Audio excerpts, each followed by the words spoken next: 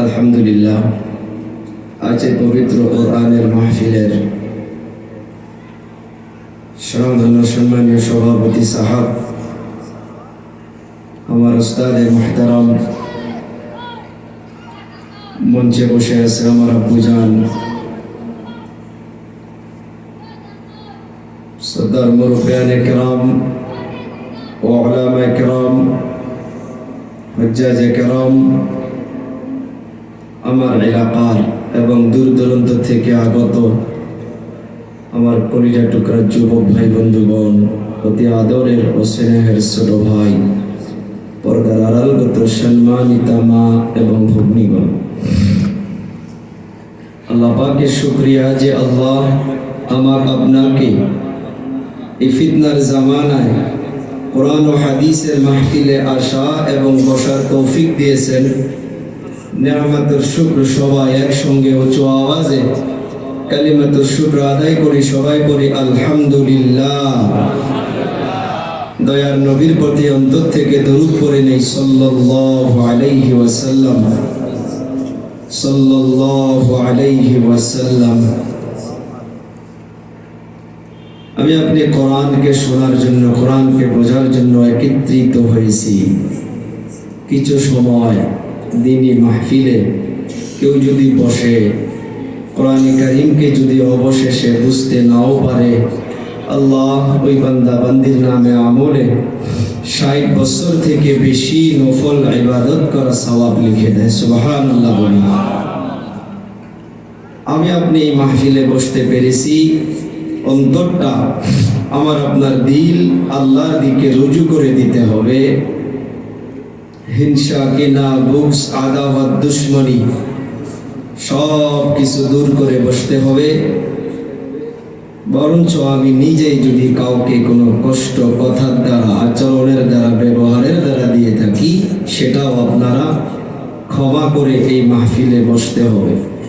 কারণ অন্তর, দিল এটা অনেক বড় একটা বস্তু।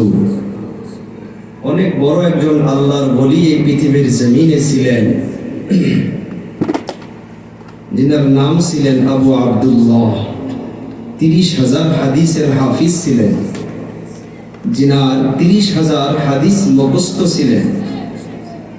আর ওনার মুরিদান হইতেছে জুনেদ বাগদাদি রহমাতুল্লাহি আলাইহি, আল্লামা শিবলি রহমাতুল্লাহি আলাইহি, যেমন এমন বড় বড় ওনার মুরিদানগুলো ছিলেন। ইরাকের ময়দানে ওনার খানকা একদিন ইরাকের ময়দান থেকে চলা শুরু করছে। মুরিদানগুলোকে নিয়ে চলতে চলতে একটা গির্জা ঘর পেয়েছে। সে গির্জা ঘরে নজর পড়ে গিয়েছে যে তারা তাদের ধর্ম তারা পালন করতেছে। যিনি শেখ আবু আব্দুল্লাহ, ওনার অন্তরে এটা খেয়াল এসে গেল যে এরা তো জাহান্নামী। কথাটা বুঝবেন, অন্তর থেকে অল্প খেয়াল আসলো এরা জাহান্নামী, কারণ আমরা মুসলমান, আমরা জান্নাতি। এটা অন্তরে ভাবার পর ওখান থেকে রওনা হয়েছে। কিছু দূর চলার পর খ্রিস্টান মেয়ের উপরে ওই আবু আব্দুল্লাহর নজর পড়ে গিয়েছে। একটা খ্রিস্টান মেয়ের উপরে নজরটা পড়ে যাওয়ার পর ওই মেয়ের বাড়ি তালাশ করে করে করে করে ওই মেয়ের বাড়ি পর্যন্ত চলে গিয়েছে। আর ওপেন ভাবে ডাইরেক্ট মেয়ের বাবাকে বলতেছে যে আমি আপনার মেয়ের সঙ্গে বিবাহ করতে চাই। মাথার মাধ্যমে মদিনার সুন্নত পাগড়ি বাঁধা, শরীরে জুব্বা, হাতে তসবিহ। ওই খ্রিস্টানদের সর্দার উনি দেখে বলছে যে ঠিক আছে, দুটা শর্ত যদি মানো, আমার মেয়েকে তোমার সঙ্গে বিবাহ দিয়া দিও। বলে আমি রাজি আছি। নাম্বার ১, এই মদিনার পাগড়ি তোমাকে খুলে ফেলে দিতে হবে। নাউজুবিল্লাহ বলি। বলে আমি রাজি আছি। কে বলতেছে? আবু আব্দুল্লাহ, जिनार खानका इराकेर मैदाने अनेक बड़ो खानका, जिनार मुरिदान जुनेद আল্লামা শিবলি এত বড় বড় ওনার মুরিদান। বলে 2 নাম্বার তুমি শুয়োর চড়াইতে হবে। বলে আমি রাজি আছি। জুনেদ একদিকে কান্না করতেছে, আল্লামা শিবলি রহমাতুল্লাহ আলাইহি একদিকে কান্না করতেছে। শেখ সাহেবের অল্প দিলটা নরম হইল না। জুনেদ চলে গেল, আল্লামা শিবলি চলে গেল। চলে যাওয়ার পর ইনি মাথা থেকে পাগড়ি খুলে তাদের ক্যাপ মাথার মাধ্যমে পরিধান করে নিয়ে শুয়োর নিয়ে জঙ্গলে চড়াইতে চলে গিয়েছে। মুরিদানগুলো খানকায় গিয়ে হাহাকার, টেনশন। আবার শেখের তালাশে বাহির হয়েছে। আস্তে আস্তে দেখে যে একটা লাঠির মাধ্যমে টেকা লাগাইয়া আছে, আর মাথার মাধ্যমে মদিনার পাগড়ি নাই, মাথার মাধ্যমে একটা তাদের ক্যাপ বান্ধা। জুনেদ গিয়ে পায়ে পড়ে গেল, হুজুর এখনো সময় আছে, চলেন। বলে না, আমি যাব না। আবার ওখান থেকে মুরিদান জুনেদ শিবলি রওনা হয়ে গেল। 1-2 দিন পর আবার শেখের তালাশে বাহির হইছে। ইরাকের জঙ্গলে একটা ঝর্ণার মাধ্যমে দেখতেছে যে শেখ সেই জায়গার মাধ্যমে পানিতে গোসল করতেছে। আর জুনেদকে দেখা পাওয়ার পর আওয়াজ দিয়েছে, জুনেদ আমার জন্য কাপড়ের ব্যবস্থা করো। জুনেদ বাগদাদী রহমতুল্লাহ আলাইহি তাড়াতাড়ি কোথায় পায় না পায় কাপড়ের ব্যবস্থা করে কাপড় দিয়ে পেঁচাই নিয়ে শেখ সাহেবকে ইরাকের খানকানে নিয়ে গেল।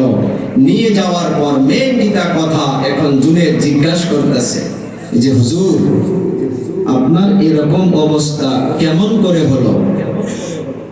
বলে শোনো, যখন চলতেছিলাম তাদের গির্জা ঘরকে দেখার পর আমার অন্তরে তাদের উপরে মামুলি ঘৃণা পয়দা হয়েছিল। তাদেরকে আমি হিংসা করেছিলাম যে আমার থেকে তো বড় আর কেউ নাই। আমি তো জুব্বাওয়ালা, পাগড়িওয়ালা, জান্নাত তো আমার মামার বাড়ির সম্পদ। যখনই আমি এই হিংসার নজরে তাদেরকে আমি দেখেছি, আমি অনুভব করছি আমার এই কলব থেকে, এখান থেকে একটা নূরের আলো, একটা বাতি, একটা প্রহর আমার এখান থেকে বাহির হয়ে আসমানের দিকে চলে গেল। জুনেদ তারপর থেকে আমার আর একটা হাদিস, একটা আয়াত, আমার আল্লাহর নাম পর্যন্ত স্মরণ নাই, না হালাল হারাম, না ভালো মন্দ, আমি কোনো কিছুই বুঝতে পারি না।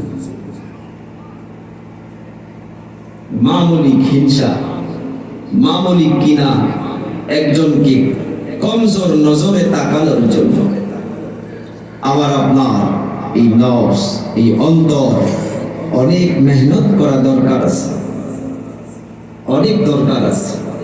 আজ এখানে আমরা বসেছি, অনেক বাবাগুলো আমরা এখানে বসেছি। আজ পৃথিবীতে সমস্ত বাবা, সমস্ত মা, সমস্ত বড় ভাই যিনারা ফ্যামিলিতে জিম্মেদার, তারা সবাই চায় যে আমি আমার ছেলে মেয়েদের জন্য কিছু সম্পদ কামাই করে রাখি, ছেলে মেয়েদের জন্য কিছু সম্পদ বানাই, যাতে আমার ছেলে মেয়ের ভবিষ্যৎ কাজে আসে। এটা চাই কি চাই না? আমরা কথা বলেন, চাই না? সবাই চায়। এই ছেলে মেয়েদের জন্য বাড়ি ঘর ত্যাগ করে বিদেশে, কেউ মেঘালয়, এই যে রাত্রবেলা আমি 2টা বাজায় 3টা বাজায় আসি, আমি গাড়িতে ভিতরে থাকি, 2 মিনিটের জন্য কাজ খুললে আমার বাহিরের হাওয়া আমার সহ্য হয় না। আমার এলাকার আমি অনেক লোকদেরকে দেখি এই ফজরের সময় বাইক নিয়ে নিয়ে ঠান্ডার মাধ্যমে সবজি নিয়ে চলে যাইতেছে। কাদের জন্য? সন্তানের জন্য, সন্তানের জন্য। কথা হইতেছে কি, আমরা একটা বার, একটা মিনিট, কোনো একটা সময় কি ভেবেছি যে সম্পদ বানাইতেছি সন্তানের জন্য? একটা বার চিন্তা করে এই সন্তানকে আমার সম্পদ হিসাবে রাখি। কথাটা বোঝেন না? রিপিট। কেউ কোনো সময় এটা চিন্তা করেছি যে আমি আমার সন্তানকে সম্পদ হিসাবে রেখে যাই, যে আমি দুনিয়ার থেকে চলে যাওয়ার পর আমার সন্তান আমার জন্য সম্পদ হয়ে থাকবে? বোধহয় কম মানুষ আছি আমরা। কিছু আলোচনা এই বিষয় করব, কিন্তু তার আগে আপনার দিলটা আল্লাহর দিকে রুজু করতে হবে। যত সময় পর্যন্ত আপনি নিজেকে বদলানোর জন্য চেষ্টা করব না, তার একটা সেকেন্ড আগে আল্লাহ তাআলা আপনার হালতকে বদলাইয়া দেবেন। এটা ওয়াদা কার? আল্লাহ। কোরআনে কারীমের ভিতরে আল্লাহ তাআলা এলান করতেছে, ইন্নাল্লাহা লা ইউগাইয়িরু মা বিকওমিন হাত্তা ইউগাইয়িরু মা বিআনফুসিহিম। ইন্না শব্দের মানা নিশ্চয়, অবশ্যই, ইয়াকিনান। আল্লাহ তাআলা বলেন, নিশ্চয় নিশ্চয় আমি আল্লাহ ওই সময় পর্যন্ত কোন এলাকাবাসীকে বদলাইয়া দেই না, ওই সময় পর্যন্ত কোন গ্রামবাসীকে বদলাইয়া দেই না, ওই সময় পর্যন্ত কোন জুয়া খেলনেওয়ালা ব্যক্তিকে জুয়া ছাড়াইয়া দেই না, ওই সময় পর্যন্ত কোন মদ্যপান করনেওয়ালা ব্যক্তিকে মদ্য ছাড়াইয়া দেই না। ও হুজুর, কোন সময় আল্লাহ তাআলা বদলাইয়া দিবে? কোরআনে কারীম এলান করতেছে, হাত্তা ইউগাইয়িরু মা বিআনফুসিহিম।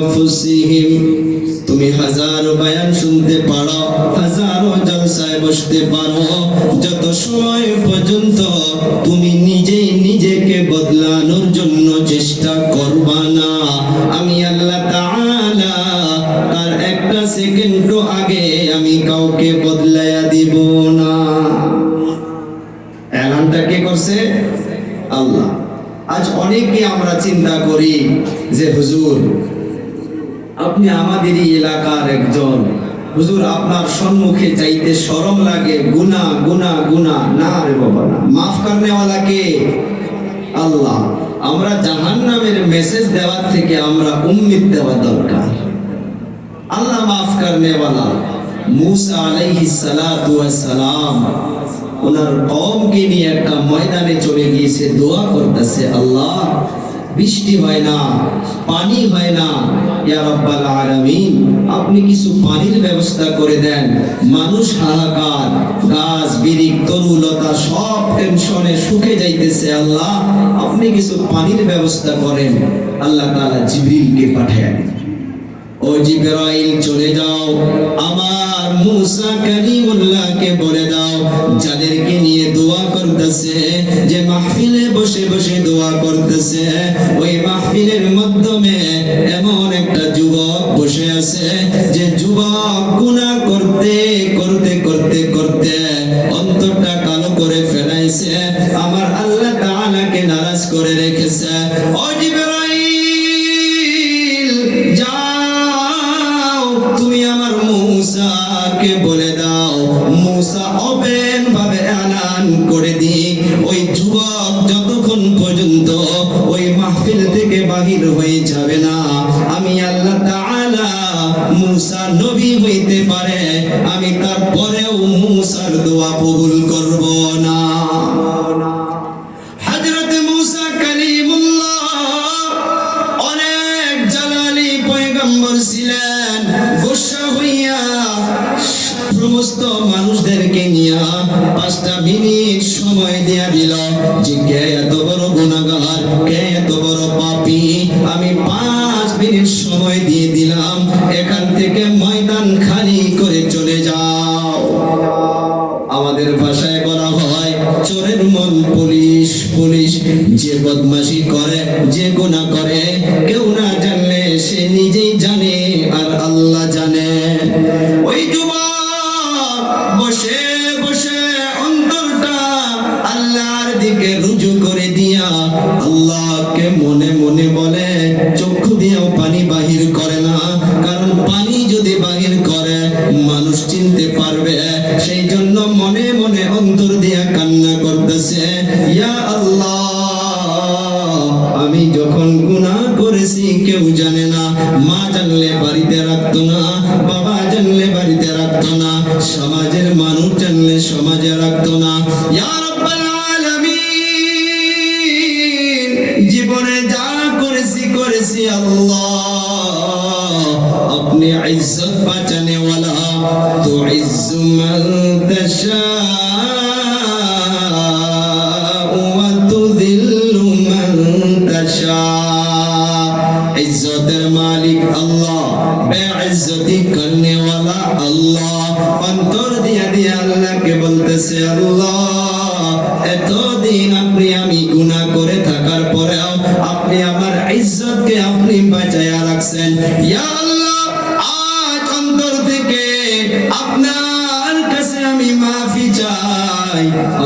থেকে আমি আপনার কাছে তওবা করতেছি।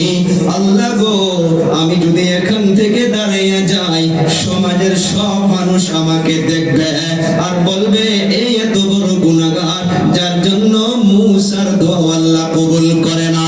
ও আমার নওজওয়ান, ওই যুবক অন্তর দিয়া আল্লাহর কাছে তওবা করার সাথে সাথে আসমান থেকে ঝরঝর করে বৃষ্টি শুরু হইয়া গেছে। সুবহানাল্লাহ বলি। মুসা অবাক হইয়া গেল, ও আল্লাহ, কেউ বাহির হইয়াও গেল না, আমি দুইবারের মতো আপনার কাছে দোয়াও করলাম না। আল্লাহ তাআলা জিবরাইলকে পাঠিয়ে দিল, ও জিবরাইল, যাও যাও আমার মুসাকে গিয়ে বলে দাও, ও মুসা, তুমি আল্লাহ, আমি আল্লাহ যা জানি রে মুসা, তুমি তা জানো না। ও মুসা, যার জন্য আমি দোয়া কবুল করি নাই, যার জন্য আমি বৃষ্টিকে বন্ধ করে রেখেছি, সে গুনাহগার এমন ভাবে আমার কাছে তওবা করেছে, এমন ভাবে আমার কাছে কান্না করেছে, আমার আল্লাহর আরশ কাঁপাকাঁপি শুরু হইয়া গেছে। আমি আল্লাহ তাআলা থাকতে পারি নাই, ওই যুবকের গুনাহ আমি মাফ করে দিয়া আসমান থেকে আমি রে মুসা, আমি আসমান থেকে রহমতের বৃষ্টিকে আমি অবতীর্ণ করে দিয়েছি। ও বাবা, নিজের গুনাহ কাউকে বলা দরকার নাই। আমি তো ভালো করে অনেকগুলো যুবককে জানি রে বাবা, প্রত্যেকটা সবাই আল্লাহ সাক্ষী, আল্লাহ সাক্ষী, যদি পা গুলো হাত বাড়াইয়া দাও, আমি পায়ে হাত দিয়া দিয়াও বলার জন্য প্রস্তুত আছি। রাত্রবেলা একটা বাজায়, রাত্রবেলা দুটা বাজায়, এলাকার যুবক ওই গাঁওমারির থেকে বাজার দিয়ে চলে চলে আসো রে বাবা, রাস্তা দিয়ে হাঁটতে পারো না, যদি মওজুদ আসো বলো, অনেক সময় গাড়ি থেকে নেমে বাড়ি পর্যন্ত আমি পৌঁছে দেই। কেন বুঝো না রে বাবা? অন্তর থেকে আল্লাহর কাছে একবার মাফি চাও। আল্লাহর কসমকে বলতে পারি, একবার সচ্চা পাক্কা দিল দিয়ে আল্লাহর কাছে মাফি চাইলে আল্লাহ তাআলা ওয়েলকাম, স্বাগতম জানাইয়া ওই বান্দা বান্দির জীবনের গুনাহ খাতাগুলো মাফ করে দিবে। হযরত পীর জুলফিকার সাহেব নকশবন্দি দামাত বরকাতুহুমুল আলিয়া, উনি ওনার কিতাবের মাধ্যমে লিখেছেন, একটা মা আপন সন্তানের উপরে গোসা হইয়া গেছে, নারাজ হইয়া গেছে। মা সন্তানকে বাড়ি থেকে আউট করে দিতেছে, যাও তুমি আমার এখান থেকে চলে যাও, তুমি আমার চোখের সম্মুখে থাকতে পারবা না, আমি তোমার মা, তুমি আমার কথা শুনো না। ওই সন্তান মায়ের গুসা দেখে তথাপি যাইতে চায় না। আর এই দৃশ্যটা একটা যুবক যে প্রত্যেকদিন ঋণ শ্রবণ করত, প্রত্যেকদিন নেশা শ্রবণ করত, ও গুনাহগার হইয়া দূর থেকে তাকাইয়া তাকাইয়া দৃশ্যটা দেখতেছে। কিতাবের পৃষ্ঠায় পাওয়া যায়, মা আপন সন্তানকে ঘর থেকে বাহির করে দিতেছে, আর এই গুনাহগার দূর থেকে তাকাইয়া তাকাইয়া দেখতেছে। এই সন্তান যখন চলে গেল, অনেক দূর চলে যাওয়ার পর এই সন্তান মনে মনে চিন্তা করতেছে, আমার একটা পেট, আমি যদি কোনো দোকানে কর্ম করি, কোনো দোকানে যদি কাজ করি, আমার এই পেটটা চলে যাবে, আমার জিন্দেগিটা পার হইয়া যাবে।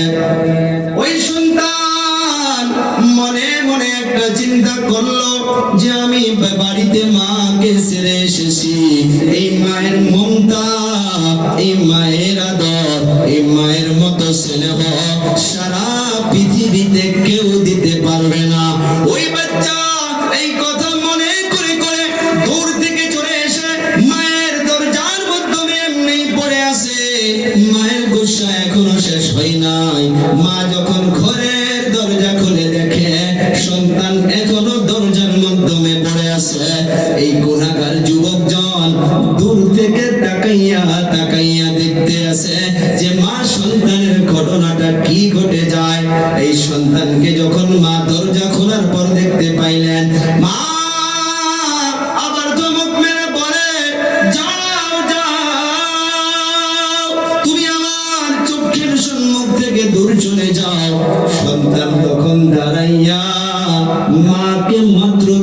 কথা বলেছিল, দুটা কথা বলেছিল।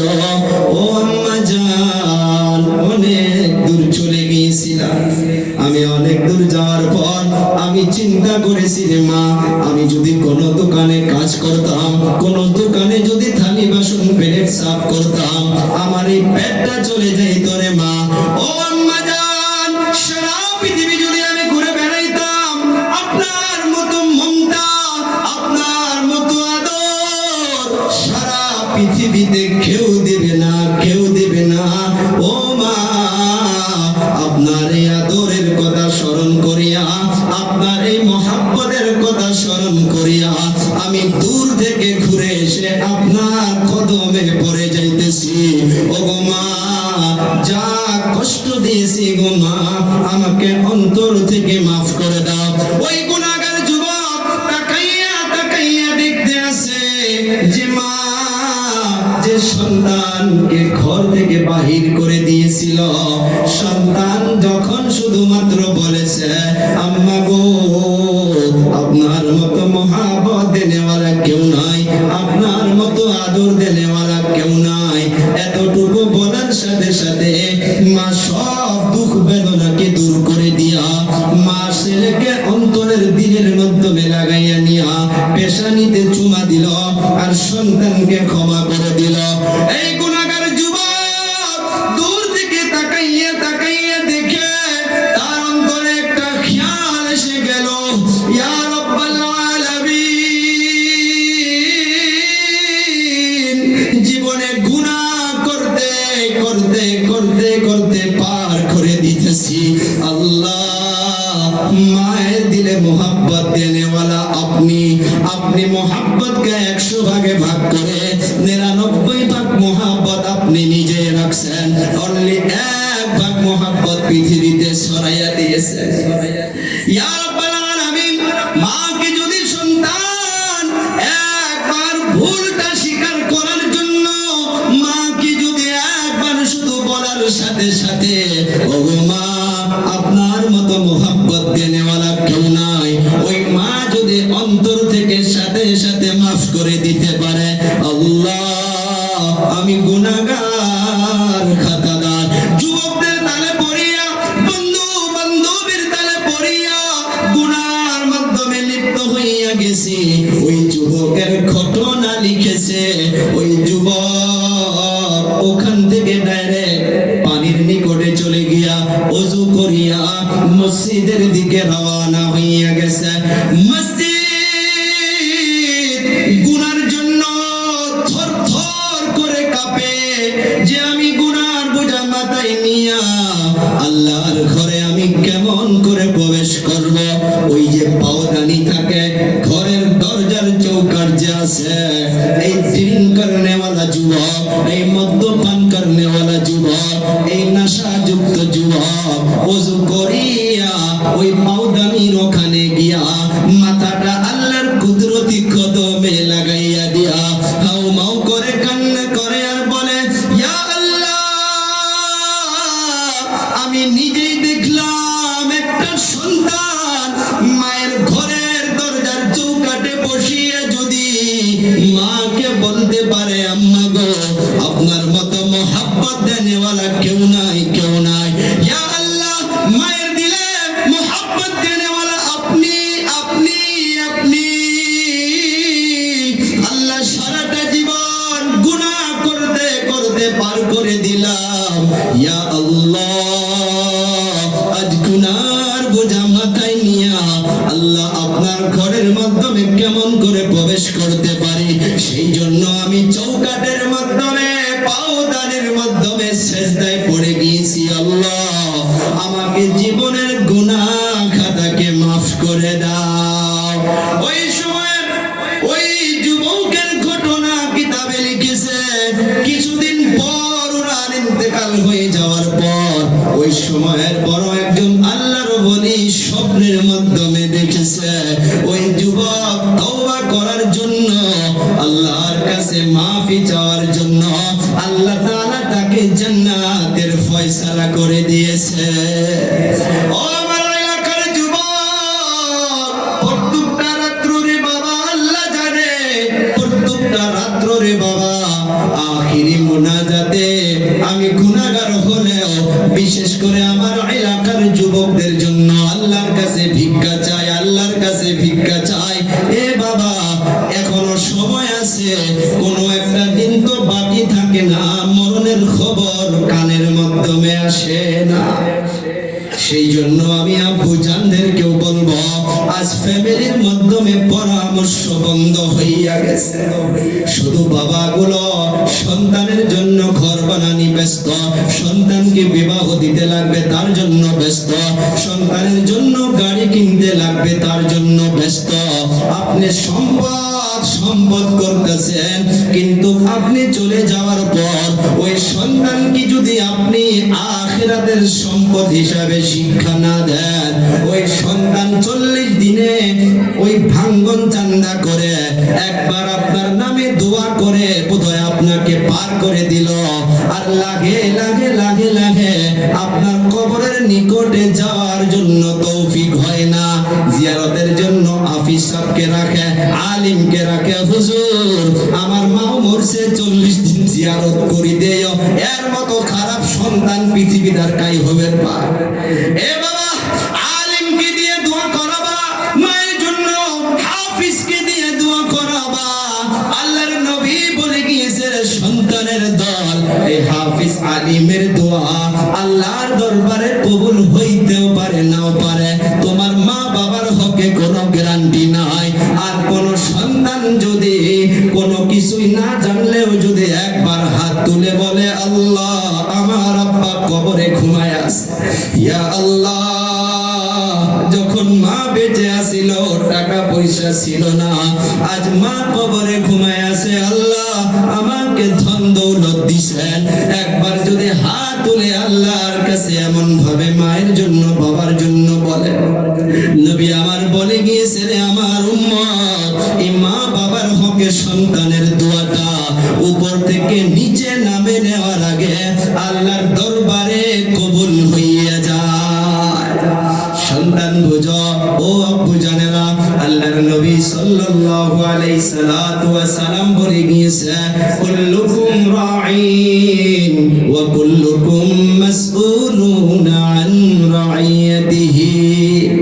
ফ্যামিলির মাধ্যমে বাবা হিসাবে আছেন, ফ্যামিলির মাধ্যমে বড় ভাই হিসাবে আছেন, সমাজের মাধ্যমে নেতৃত্ব নিতেছেন, বাজারের মাধ্যমে জিম্মেদার হইয়া আছেন, মাদ্রাসার মাধ্যমে মুহতামিম হইয়া আছেন, মসজিদের মাধ্যমে প্রেসিডেন্ট হইয়া আছেন, সবার মাধ্যমে সভাপতি হইয়া আছেন, ইত্যাদি ইত্যাদি।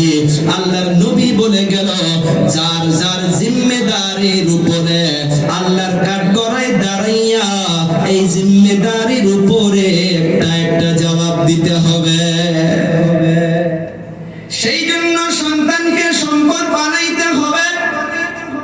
আমি আপনি নাম শুনেছি একজন আল্লাহর ওলির, ওনার মা উনি যখন হাফিজ আলিম হইয়া গেছিল, ওই দিনকায় আল্লাহকে বলেছিল, ইয়া আল্লাহ আপনি চাইলে আমাকে আজকে এই দুনিয়া থেকে নিয়ে যাইতে পারেন, কেন আমি এই দুনিয়ার মাধ্যমে একটা নেক সন্তান রেখে গেলাম, এই সন্তান আমার জন্য যা কিছু পাঠাইবে আমি সেটাই কবরে শুয়া শুয়া পাইতেই থাকবো। কিন্তু এর জন্য কোরআনে কারীমের ভিতরে আল্লাহ তাআলা সূরা লুকমান বলে একটা সূরা দিয়েছে, যেখানে হযরতে লুকমান উনি ওনার সন্তানকে কিছুগুলো আদেশ, কিছুগুলো নসিহত দিয়ে গিয়েছিল।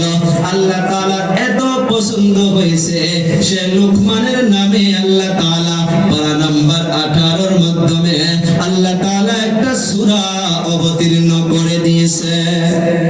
লুকমান হাকিম, ঠোঁটগুলো কালো ছিল, দেখার মাধ্যমে অত খুবসুরত ছিল না, কিন্তু উনি গোলাম হিসাবে উনি ওনার মালিকের কাছে কাজ করত।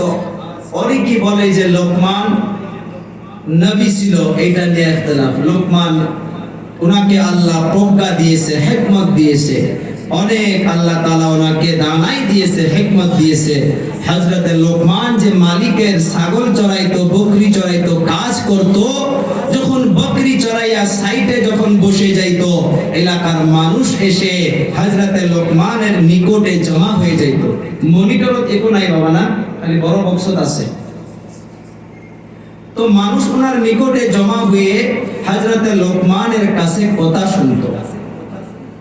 তো লোকমানের যিনি মালিক, উনি ওই লোকদেরকে ডাকছে যে আচ্ছা আমি বাদশাহ, আমি মালিক, আর আমার গোলামের নিকটে এত মানুষ জমা হয়, আমার নিকটে মানুষ জমা হয় না, কারণ কি?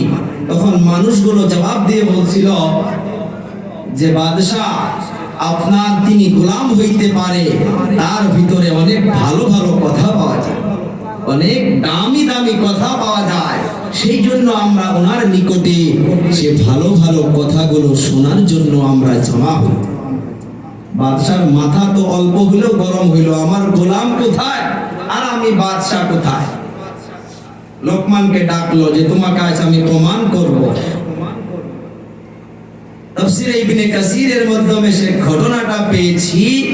ওনার বাদশা বলল যে লোকমান, তুমি প্রথম একটা বকরি জবাই করো, আর ওই বকরির ভিতর থেকে পুরা অঙ্গ থেকে দুটা অংশ নিয়ে আসো, যেটা সবার থেকে ভালো,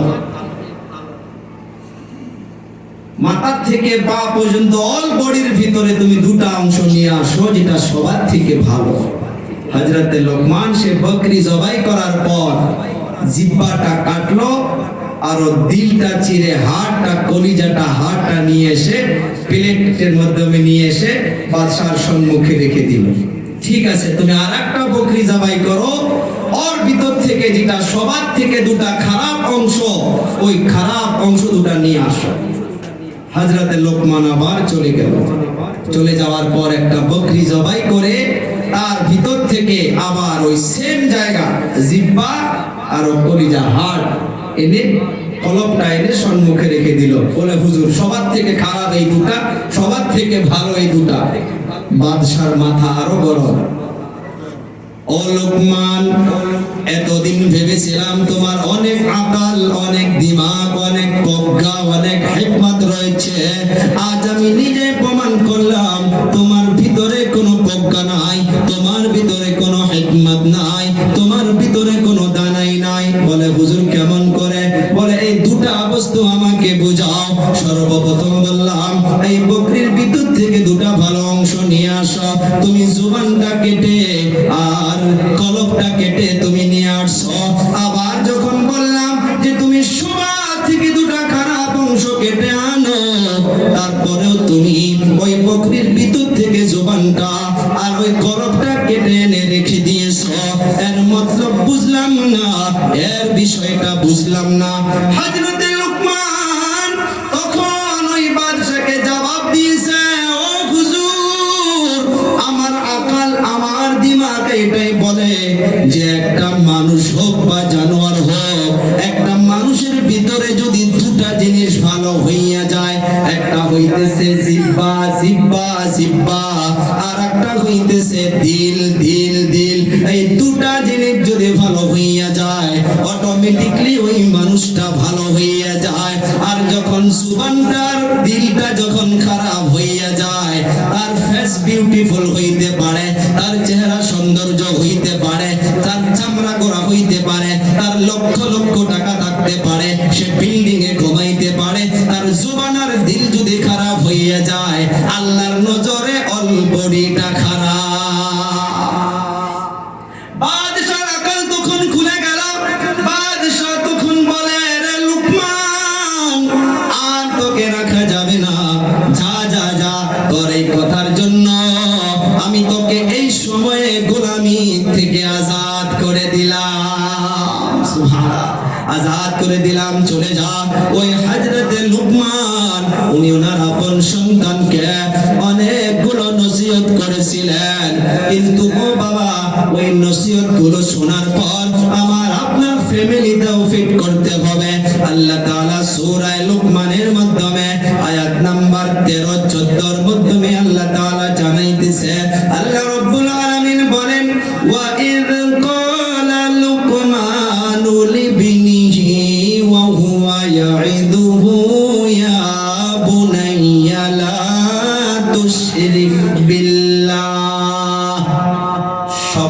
দিকে লক্ষ্য করবেন। আজ আব্বু জানদের জুবানে সন্তানকে যে ডাকে, সন্তানকে যে কথা বলে, এমন ভাবে অনেক বাবা কম আছে।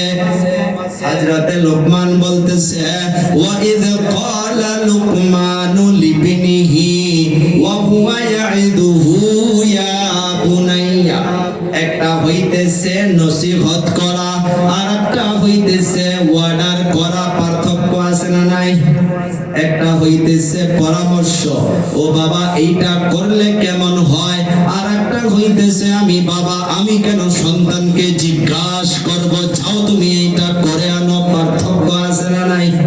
হযরতে লুকমান বলতেছে ওয়া হুয়া ইয়াইদুহু, আল্লাহ তাআলা বলতেছে হযরতে লুকমান ওয়াজ করছে, নসিহত করছে, বুঝাইছে, আর বুঝানোর ভাষাটাও শুনেন, ইয়া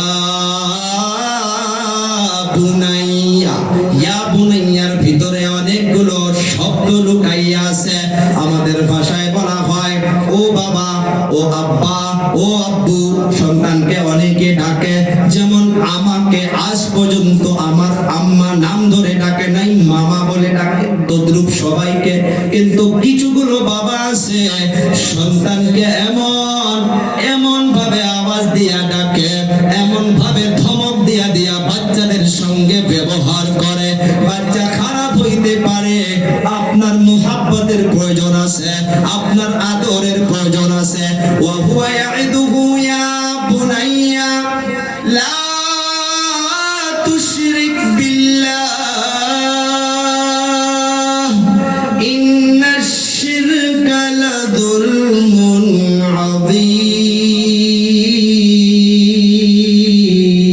আযীম। এই ছিল লোকমান হাকিমের সর্বপ্রথম সন্তানকে যে সুন্দর করে বুঝাইলেন, ইয়া বুনাইয়া লা তুশরিক বিল্লাহ। ও আমার আদরের ছেলে, ও আমার কলিজার টুকরা, ও বাবা, লা তুশরিক বিল্লাহ, আল্লাহর সঙ্গে কাউকে শরীক করিও না। যেমন করে ইব্রাহিম নবী, আমি আপনি জানি, ফালাম্মা বালাগা মাহুস সাইয়া ক্বালা ইয়া বুনাইয়া। ইব্রাহিম নবীও সন্তানকে ইয়া বুনাইয়া ব্যবহার করছে, কোরআন সাক্ষী দিতেছে। ইয়া বুনাইয়া কি দেখেছিল?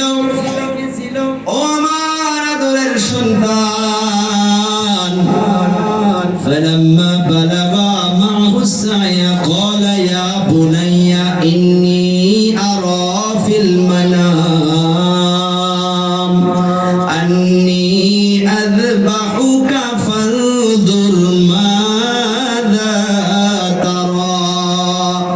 একটা আয়াত থেকে মেসেজ নিতে হবে। ইব্রাহিম নবী স্বপ্নের মাধ্যমে দেখলো যে উনি ওনার আপন সন্তানকে জবাই করতেছে। অনেক বাবা যদি হইতো যে আমি সন্তানের জন্য স্বপ্ন দেখেছি, আমি তো বাবা, আমার দাদাগিরি তো দাদাগিরি, আমি সন্তানকে কি জিজ্ঞাসা করব? তলোয়ার নিব, ছুরি নিব, সন্তানকে জবাই করে দিব। উদাহরণ দিলাম। ইব্রাহিম পয়গম্বর বলতেছে, ইয়া বুনাইয়া ইন্নী আরা ফিল মানাম আন্নী আযবাহুকা। ও আমার আদরের সন্তান, আমার কলিজার টুকরা, আমি স্বপ্নের মাধ্যমে দেখলাম আমি তোমাকে জবাই করতেছি। ফানদুর মাদা তারা। সো তোমার রায় কি? তোমার কমেন্টস কি? তুমি কি বলতে চাও? তোমার কি রায়? তুমি রাজি আছো কিনা? পরামর্শ করছে না নাই? কথা বল।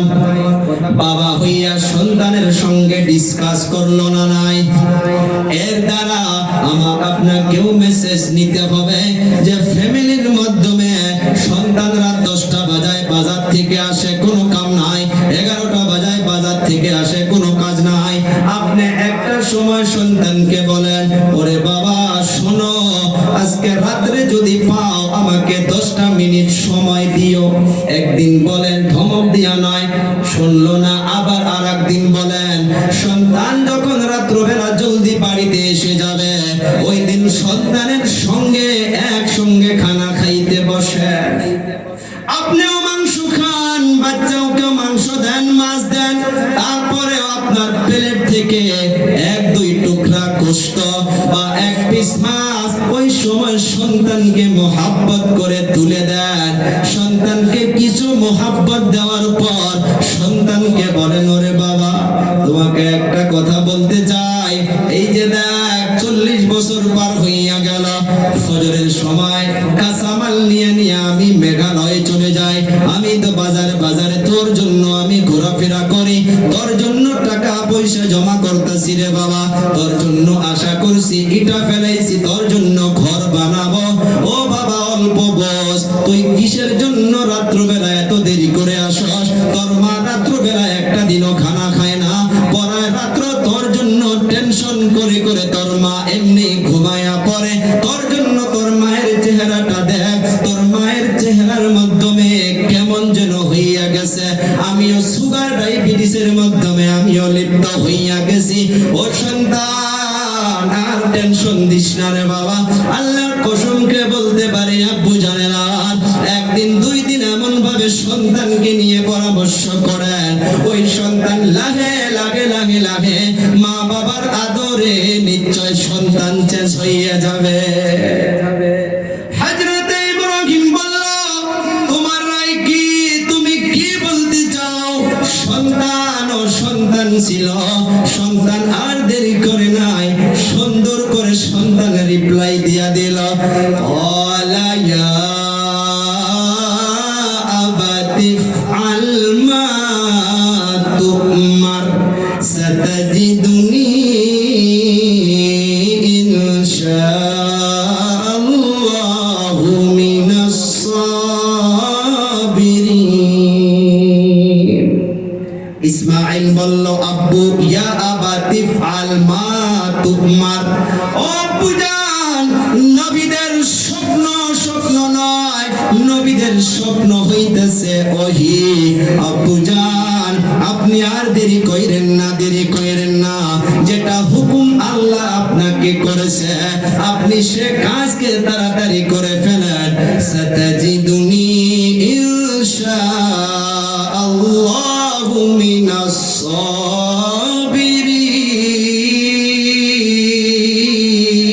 সাবিরিন।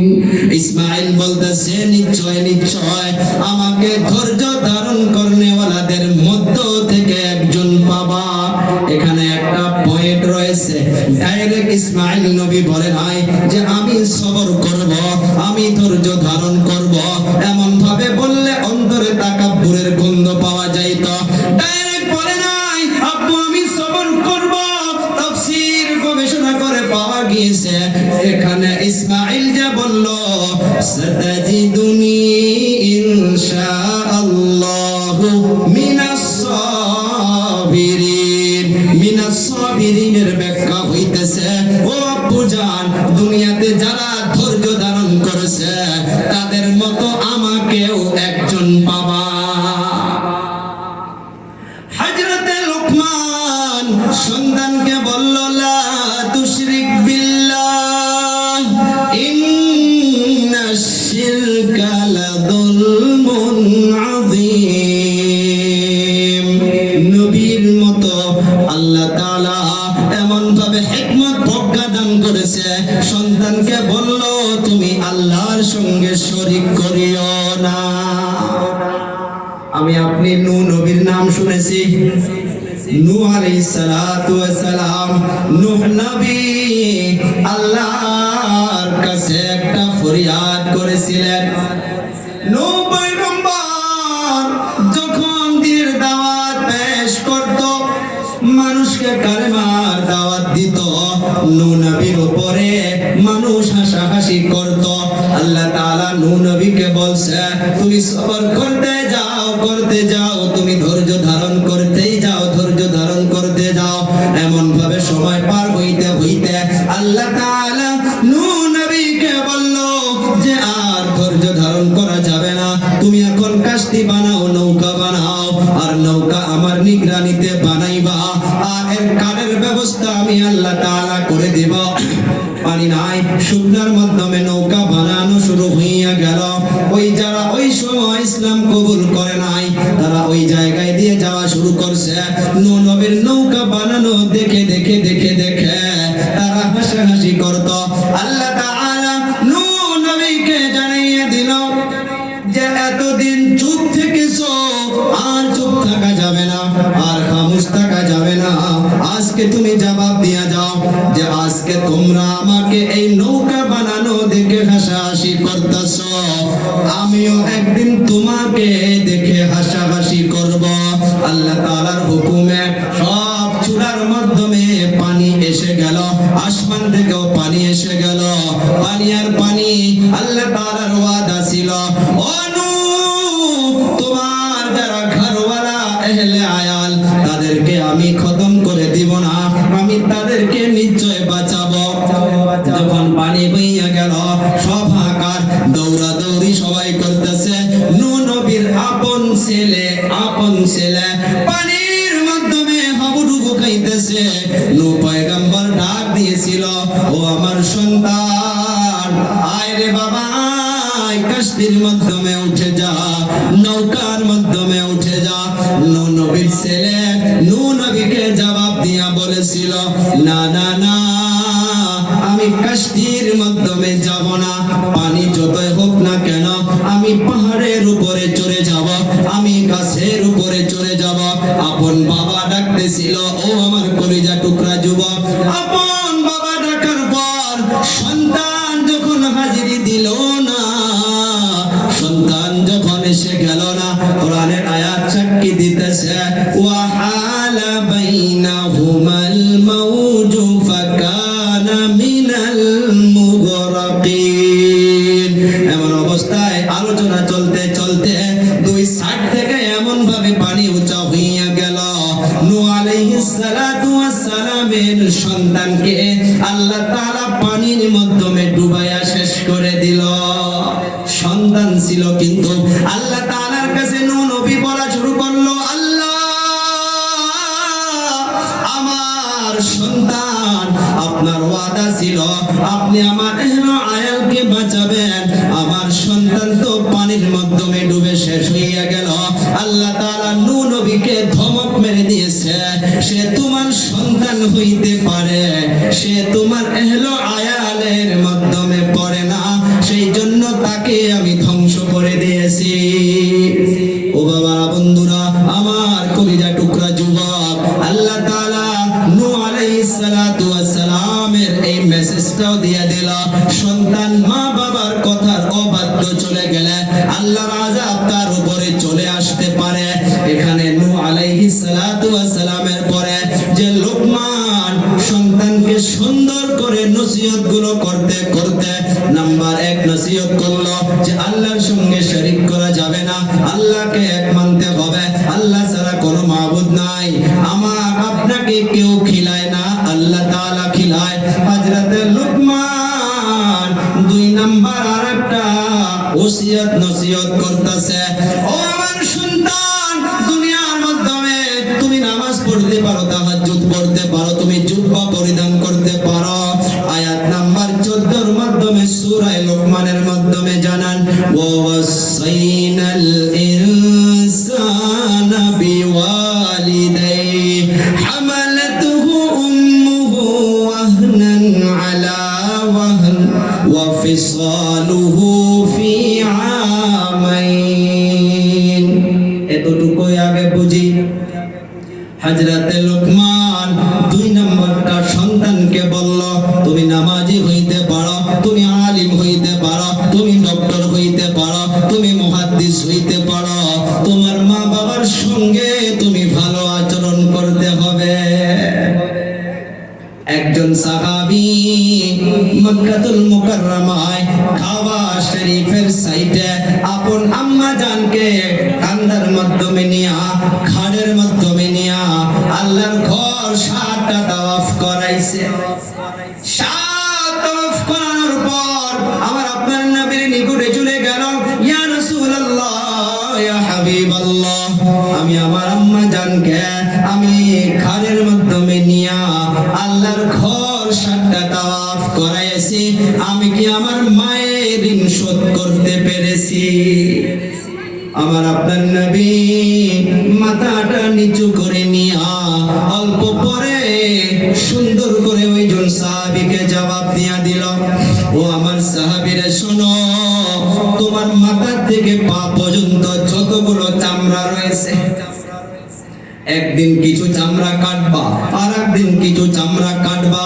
এই চামড়াগুলো কাটার পর তোমার মায়ের পায়ের নিচে যদি তুমি চপ্পল জুতাও বানাইয়া দাও, আর কিয়ামতের সকাল পর্যন্ত যদি তোমার শরীরের চামড়া দিয়া তোমার মা যদি জুতা চপ্পল বানাইয়া চলাফেরা করে, কিয়ামতের সকাল পর্যন্ত এক ফোঁটা দুধের ঋণ তুমি শোধ করতে পারবা না। নবী বলেছে, কে বলেছে? নবী বলেছে। আমার আপনার নবী সাল্লাল্লাহু আলাইহি সাল্লাতু ওয়াস সালাম দুনিয়ার মাধ্যমে উল্টা হইয়া গেছে। বাবার জন্য সন্তান ভয় করে, মায়ের জন্য করে না, হয় না? বাবা পিটনা দেয়, মা তো পিটনা দেয় না। সাহাবী চলে গেল নবীর দরবারে, ইয়া রাসূলুল্লাহ, আল্লাহ এবং আপনার পর দুনিয়ার মাধ্যমে সব থেকে কার হক বেশি? আমার আপনার নবী বলল, উম্মুকা, তোমার মা। আবার বলল, তারপর বলে উম্মুকা, তোমার মা। আবার বলে, তারপর বলে উম্মুকা, তোমার মা। তারপর ওয়া আবুকা, তিনবার মায়ের কথা বলল, চারবারের বার আব্বার কথা বলল। তিনবার মায়ের কথা বলার জন্য সাহাবা কিরাম প্রশ্ন করলো, ইয়া রাসূলুল্লাহ, তিনবার মায়ের কথা বললেন, চারবারের বার আব্বার কথা কেন বললেন? আমার আপনার নবী জানাইয়া দিল, মা তিনটা বস্তুর মাধ্যমে সব থেকে বেশি কষ্ট করে সন্তানের জন্য। সেই জন্য ওই তিনটা হক মায়ের বেশি।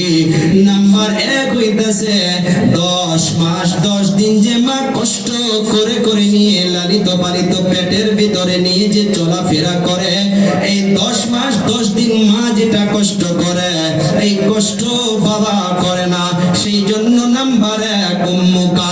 নাম্বার 2 নাম্বার হইতেছে সন্তান যখন দুনিয়াতে আসার সময় হইয়া যায়, ওই সময় দেখবেন মা গুলো স্বামীর হাত ধরে বিদায় নেয়, মা বাবার কাছে বিদায় নেয়। কারণ অনেক মা সন্তানের চেহারাটা দেখতে গিয়া দুনিয়া থেকে বিদায় হইয়া যায়। 2 নাম্বার, এই জন্য আল্লাহর নবী জানাইয়া দিল, মায়ের হক। 3 নাম্বার, 2 বছর পর্যন্ত যে মা যে দুধ পান করায়, এইটা বাবার এখানে কোনো হক হয় না। তারপর 4 নম্বরে বাবার হক এসে গেল। এর মতলব এইটা নয় যে মায়ের সম্মান বেশি করবা, বাবার সম্মান কম করবা। নবী আমার জানাইয়া দিল, মা এই 3টা বস্তুর মাধ্যমে বেশি কষ্ট করে। সেই জন্য মায়ের হকের কথা আমার আপনার নবী 3 বার করে বলেছে।